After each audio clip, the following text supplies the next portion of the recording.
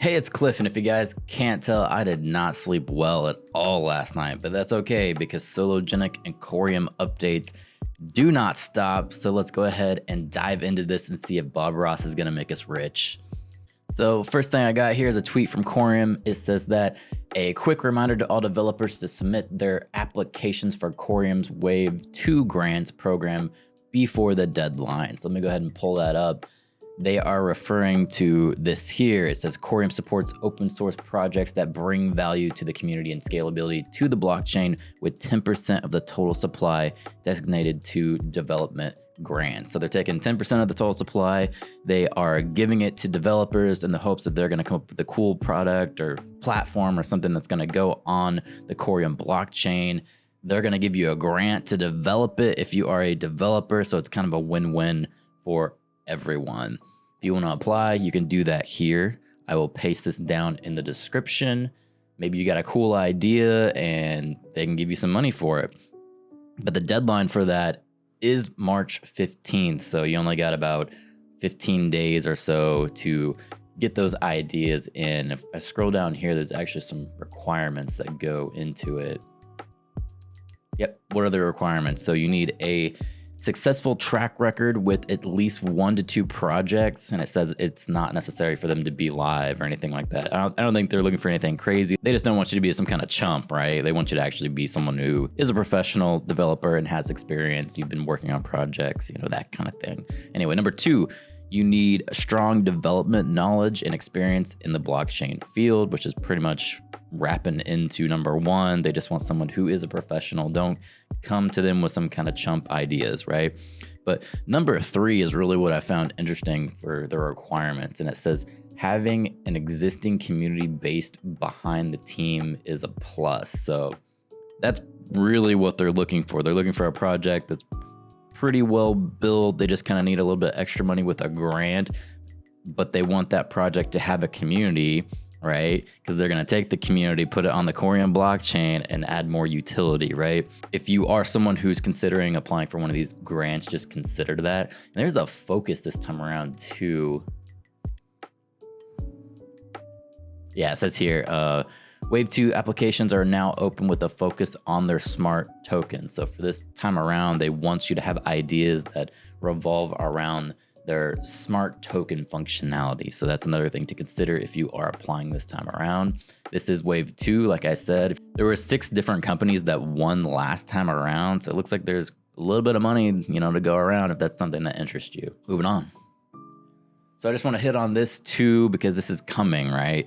So what I got here is the Coreum airdrop schedule as well as the X-Core schedule. So if you have not set up your trust line on your Core, your Solo, or your XRP, I have videos on that. I've done it on Ledger. I've done it on Zoom. I've done it on the Solo Dex. And there might be one more that I did that I'm not thinking of. But most of the wallets that people have, I've done a video on setting up your trust line to get this airdrop. So if you need that, go ahead and watch that. If you don't, you've already signed up, good for you. So just to foot stomp the date, these snapshots are taking place on the 24th of March. That is actually the same date that the Coreum mainnet goes live. So for the distribution schedule, there's going to be 4 separate distributions at 25% each. Obviously, there's going to be one April, June, August, and November. That is for your Core trust line that is giving you Core as an airdrop. Now, there is another one for Solo and XRP. That is where they're giving you X-Core. Now, the good news for that, the snapshot is the same date, so you don't have to do anything crazy. If you've already set up your trust lines, you can do it all in one shot. You're good to go, right? So for your Solo and your XRP snapshot, the distribution on that one is going to be the 15th of May, and that's when you get your X-Core, right? People are probably wondering, what is X-Core? Well, it's just an IOU token. You can just think of it as just getting Core. It is Core, pretty much. Now, moving into the Coreum website, you can see here that there is 26 days before the Coreum mainnet goes live. And I've been kind of tracking the price action into this, and Coreum's creeping up a little bit, but nothing too crazy so far. You can see like over the past month, it's been making these gains and it's just slowly rising. You know, people are starting to get excited about this mainnet launch, and I think it's going to continue to creep up the next 26 days. So I kind of mentioned this before. If you do not believe in this project anymore, this is going to be your exit opportunity. This is when you can get out if you don't trust Bob Ras or whatever. Again, what I'm doing, I'm holding. I'm going to hold into the actual bull run of 2025 to see where this platform is at that time. What is Coreum doing as a layer one, as well as Sologenic, right? I want to see if there can be massive gains there to be made and sell, right? So this is something that you probably want to continue to watch because it's going to get interesting as we get to the mainnet launch. Now, when it comes to Sologenic, I mean, when you look at the month chart, it's honestly, the price is not doing great. It is going down. I think a lot of this comes from people switching their Sologenic into Coreum before the mainnet launch to try and maybe make a little bit of money there, sell off, you know, make some gains, switch back to XRP, see what happens there, and or kind of hold off in XRP to wait and see what happens with Coreum. Is the price going to continue to go up? Is it going to crash after mainnet launch? Who knows, right? And then going back to that price action, when it comes to Coreum, you have to factor in these airdrops as well, because that's going to affect the price too. So that's pretty much what I'm looking at when it comes to Sologenic. Yeah, the price is going down, but it's probably because people were switching into Coreum. I don't know if you guys had a chance to mess around with this or not yet, but they have a testnet page for when Coreum actually goes live, and so they can have all the GUIs in place and that kind of thing. People can get familiar with actually working with different validators and proposals and things like that. So I want to paste this down below in the description so you guys can kind of tinker around with it a little bit too. But as you can see, when it comes to visual pages, when it comes to Coreum or Sologenic, they always make things that are really nice. And I dig this testnet layout that they have here. So if you look in the center of the screen, we got the tokenomics. We can see how much is bonded. That'll be really helpful to see, you know, are people bonding their tokens? Or are they holding on to them? Should we be worried that people are holding their liquidity and potentially they could dump on the market if something bad happens, or all these tokens locked up?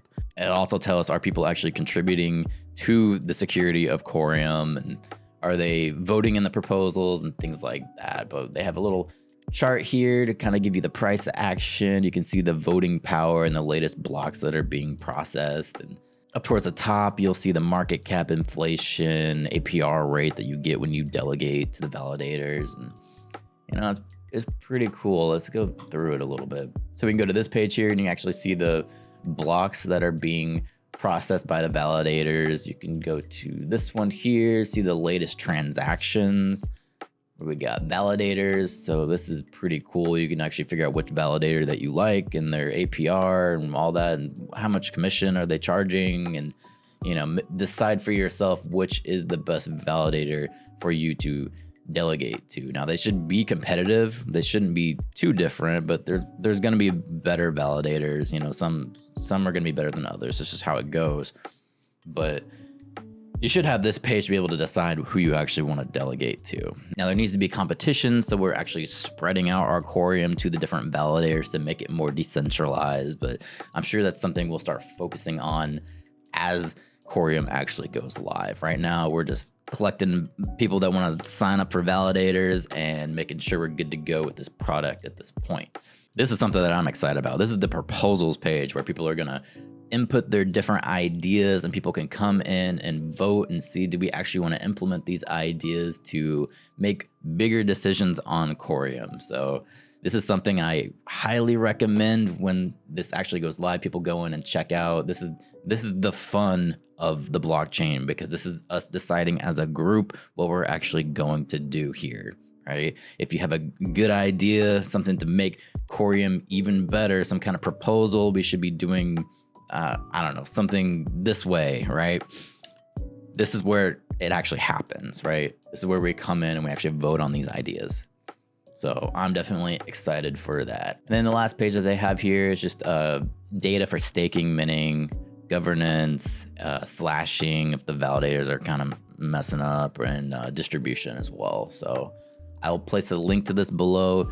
Go ahead and check it out now so you get familiar with it. And then when it goes live, we can actually start getting into the weeds and figuring out who we're going to delegate to and start looking at proposals and things like that. Moving on, I got another tweet from Bob Ras, and he says, crypto winters are the best time to headhunt talents and expand. We keep building all year round. So with the massive tech layoffs that are going on right now, I'm sure as a business owner, it probably is the best time to headhunt talent and expand because you don't have to pay them as much. Oh, boom. That's a joke. Moving on. Another tweet from Bob Ras, and he says there are over 100 validators on the Coreum testnet as of now. Many institutional ones will go live as the mainnet time. Only 26 days left, as I just showed you guys in our countdown to the mainnet launch. And yes, it is exciting. So you can see he's getting really pumped up about this mainnet launch. And I'm excited for that because they're going to take all the work that they've done at this point and the product's actually going to go live. They can see where they're at, sit back, reprocess, and then start moving and working on the product again to make it the best layer one out there. And the last thing I have here is another tweet from Bob Ras, and he says asset tokenization is shaping up to be crypto's theme of the year. And I said something about that, right? So he is referring to this Blockworks tweet right here. Pull that up here, this article here, right? Which I will pull up and I will paste in the description if you want to go through and read it. But it just says that asset tokenization is shaping up to be crypto's theme of the year. So then they just talk about big players who are going to be using these blockchain assets to promote their already existing businesses. So if I scroll down and kind of clarify what it is, like the first one here, it talks about Goldman Sachs, right? So it says, in January, Goldman Sachs announced its additional asset platform went live. The platform is built using a private blockchain stack known as Canton, built by Digital Asset. Goldman Sachs will use it to enable issuance, registration, settlement, custody of digital assets. The European Investment Bank was the first institution to collaborate with the platform for its first digital bond.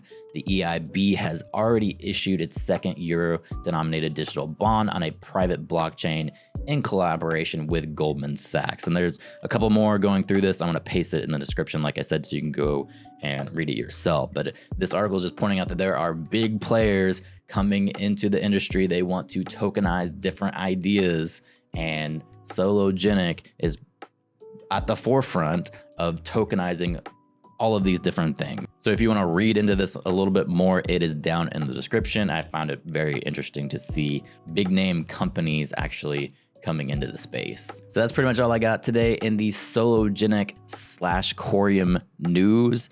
Please leave me a comment and a like down below. Thank you to my Patreon supporter, Kevin, and you guys have a great week.